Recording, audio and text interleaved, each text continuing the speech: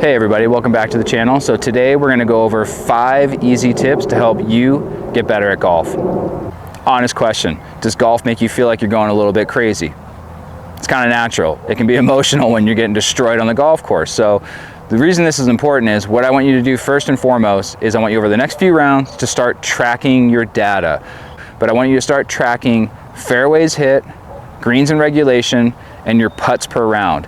Here's the best way to do it. Just go to the app store, put in Golf Tracker apps. You're going to get multiple options in here. They'll aggregate your data for you. You can indicate where you missed the green, long, short, left, right. This is definitely the best option.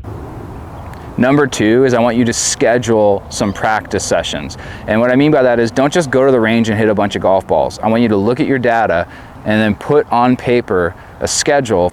So to help you, I drew up my go-to weekly schedule based off my data right now. So Monday through Friday, obviously, we all have work to do. Work is a 4-letter word, so I just simply change it to golf ain't cheap. Makes me feel a little bit better about it. And then I have my golf practice. So ISAP stands for I suck at putting. So Monday through Friday, I want to be working on my putting.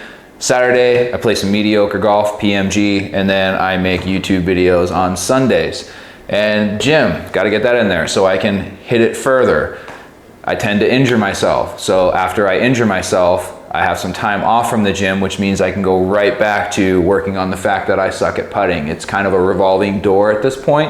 And number 3, I want you to know your aim point. This is so huge, and I wish I would have actually focused on this when I was younger. So probably one of the most common things that I see people do is they get right up to the ball, they'll even take their stance, get the club down, and this is how they go about aiming.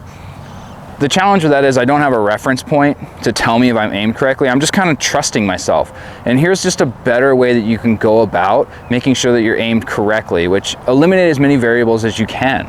Stand back behind the ball, look at your target, and find something that's directly in line with your target. It could be like a piece of dead grass right there is a good one. Once you find that, step up, don't take your stance yet.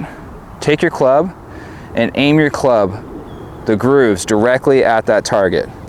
Take your grip and now set your body parallel to the club face, which you already know is aimed directly at the target. So now you should be squared up and you have a good way of telling if you're aimed correctly or not. How many times have you hit a shot and your buddies have said, oh, you were aimed there? This is an easy way to correct that. I'm on a mission to hit 1,000 subscribers, so if you could hit that like and subscribe button, that would help me out a lot. Number 4 is know your distances. Most importantly, how far you don't hit the ball. I said that correctly. Usually you hear people how far they hit the ball, and what I notice is for a lot of people what that really means is we instinctively remember like the best shot that we hit or like the furthest we hit an iron, and then that becomes that's that iron's distance, which is just not a good way to go about the approach of it. Find out how far you consistently hit the ball. That is your distance. Most of the time all of us are under clubbing, and when you go look at your data for your greens missed, if you're constantly short of the green, you're probably not taking enough club. And the final number 5 is having a good pre-shot routine. The reality is everybody has a pre-shot routine. Even if you don't think you do, you probably do. And what I'm saying is you should be intentional about having one. So probably one of the most important things we already talked about is having that stand behind the ball, pick a line, and have a process that you commit to knowing that you're actually aiming at the target.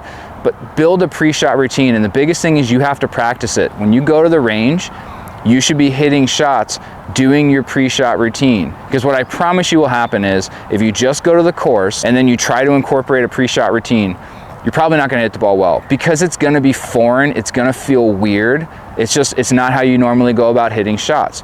Practice a pre-shot routine that makes sense to you, that puts you in a good spot to be more consistent, and then that will take some pressure off you as you play your round.